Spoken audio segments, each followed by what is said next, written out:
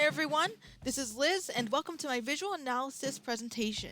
So today I'm going to describe to you different sections of the presentation that I had to make of all sorts of embedded links and such for reviewing two Caldecott Honor / award books. If you don't know, that's basically who did the best visuals for picture books every year. I had to go with two books, Thank You Omu by Oge Mora. She did the illustrations and writing. And the other book was illustrated by Noah Denman. It is called A Place Inside of Me. Both are extremely popular books, so I decided to go with these two. The first perspective that I was tasked to review for this presentation was cultural perspective.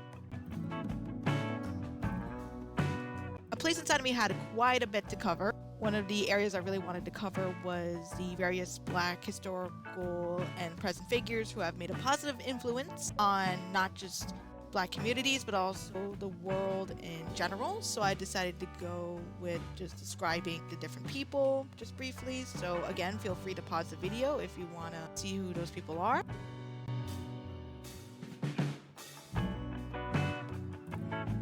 The next section is all about skateboarding and its complicated history with Black communities. Again, feel free to pause the video to read the paragraphs. The four photos here are embedded interviews and articles that describe basically who these different pioneers are. I chose two from the past a little bit and two from the present.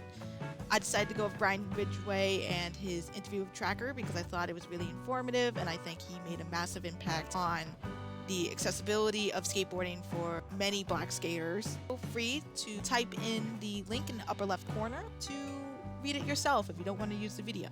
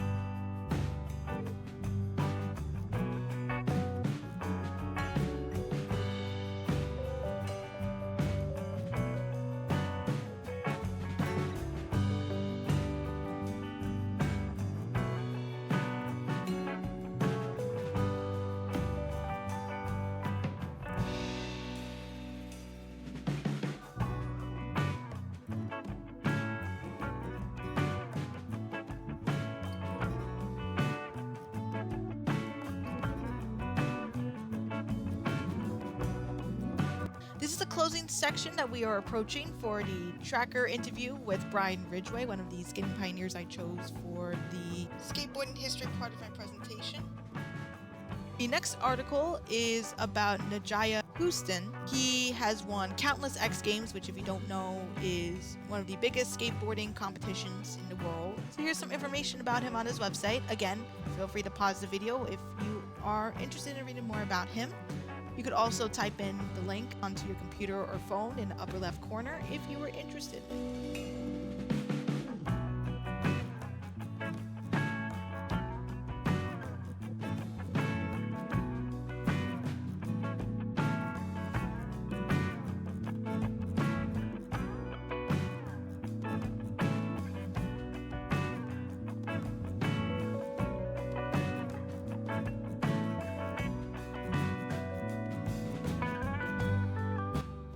The third person that I decided to cover is another person from the present, Samaria Brevard.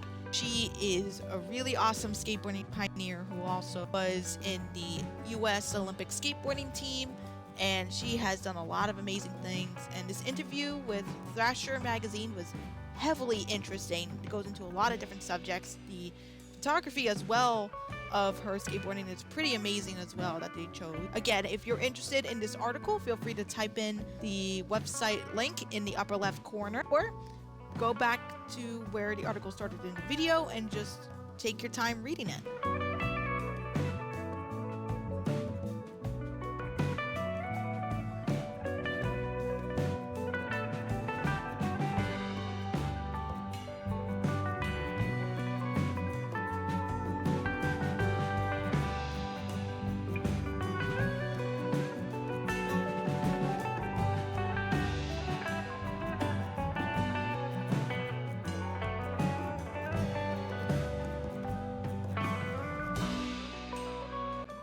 We are nearing the end of this article. Again, if you are interested in learning more about Samaria Brevard, go to thrashermagazine.com and type in the link that you have in the upper left corner, or feel free to go back to the beginning of this section of the video to learn more about her. The final skateboarding hero I decided to choose was another female skateboarder who has helped pioneer the sport. Her name is Stephanie Person. So this great article written on womenskatehistory.ca has a lot of great information about her. There's a lot of cool pictures here. Again, if you're interested, type in the link in the upper left corner or go back to the section of the video where this article started and just take your time.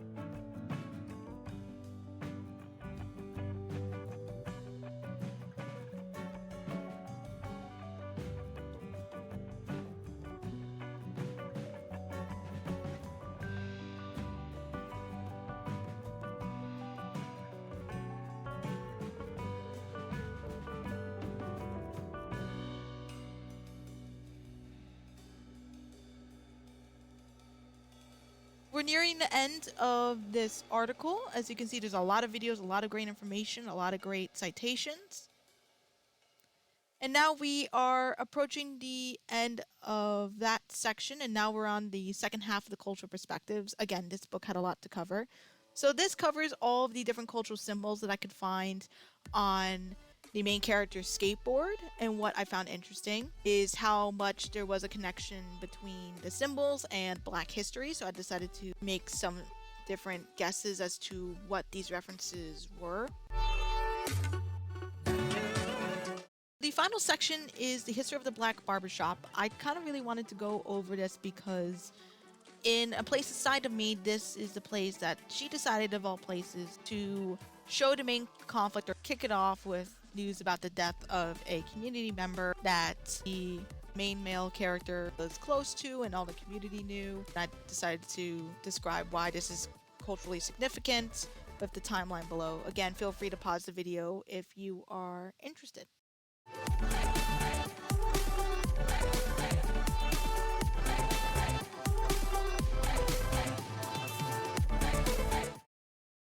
So regarding the cultural perspective, Thank You Omu by Ogemura had a lot of stuff to describe as well. A lot of it had to be around food, because if you know the book, there's a lot of focus on the soup that Omu was making. I decided to have a little fun with this page and try to guess what some of the cultural foods were. Again, I will be honest, very anonymous what a lot of the foods are.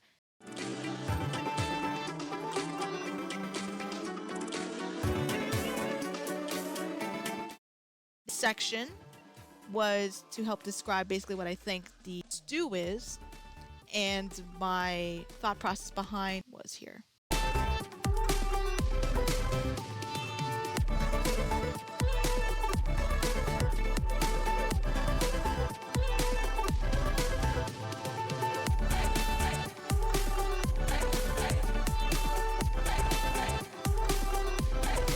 Pause here to read everything.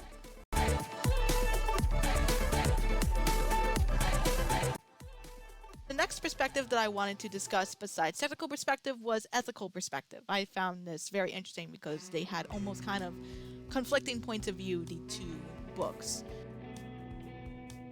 This is a place inside of me's complex ethical sections. Again, feel free to pause whenever you want to.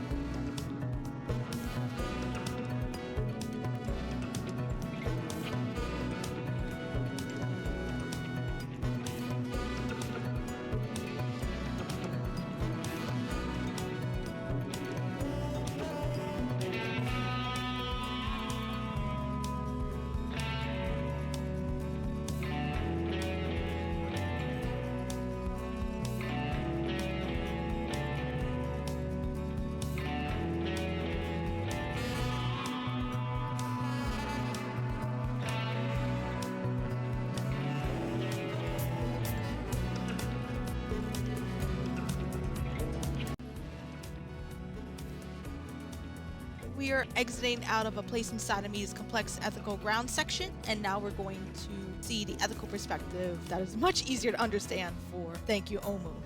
Again, that's why I said they're kind of conflicting. Feel free to pause if you're interested.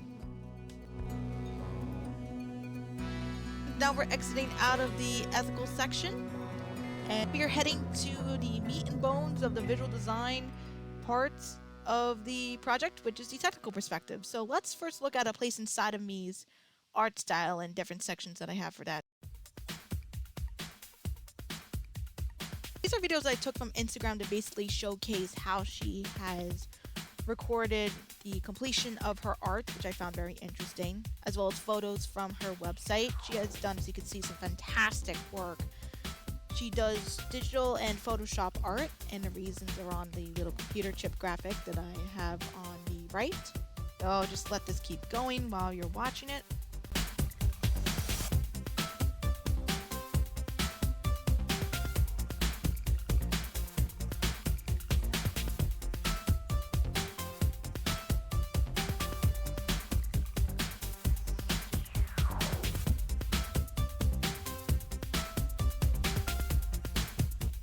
Oh yeah, she even did some Google stuff as well, which is really interesting.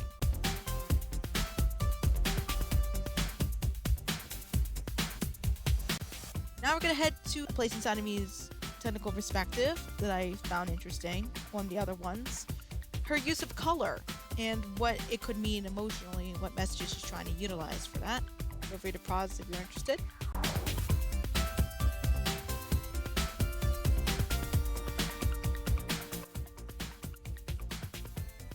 Thing that I found was very, very, very interesting. Again, feel free to pause it if you're interested.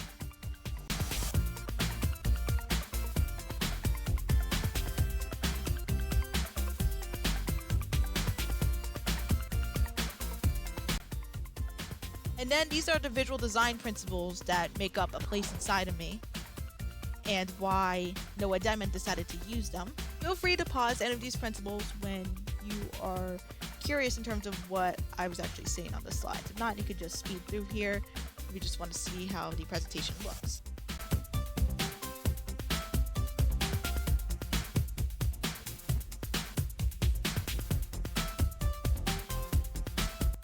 proximity. This was probably one of my favorite sections to work on because once I realized it, I was like, oh my god, that's genius.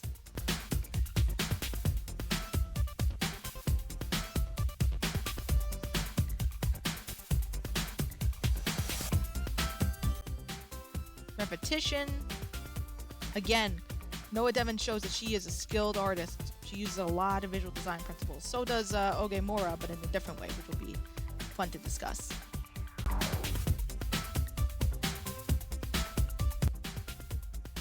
And leading lines, which honestly, Noah Devon was really clever in the way that she chose to use them.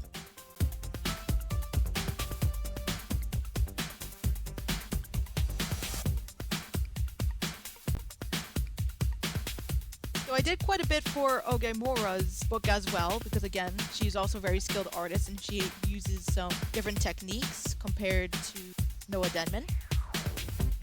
My favorite part was probably working on this section about the smoke, because I thought it was really clever that she used it as a storytelling device on top of just using it as... The next part is Ogemura's art style. It kind of surprised me that it's a collage art style, but once I took a look at it and saw and thought about the reasons, which you can see here by making my own little visual collage, it's kind of why I made it in this unconventional way. I understood it. And those are the different materials that she used. She used all sorts of things. She did patterned paper, China markers, acrylic paint, pastels, and book clippings. Feel free to pause the video if you want to learn.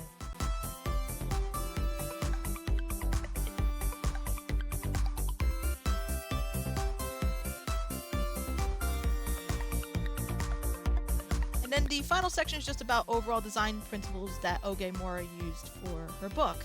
And I decided to put it alongside a pizza in the background because, well, it's all about food. I thought, well, pizza is one of my favorite foods, and I feel like that brings as much happiness to people in my neighborhood as much as her soup did to her neighborhood. Feel free to pause if you want to learn more about the principles.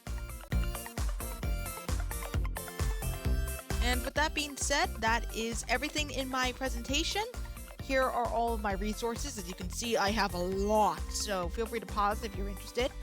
But I'm Elizabeth Rivera. I hope you enjoyed the presentation and you have a great rest of your day.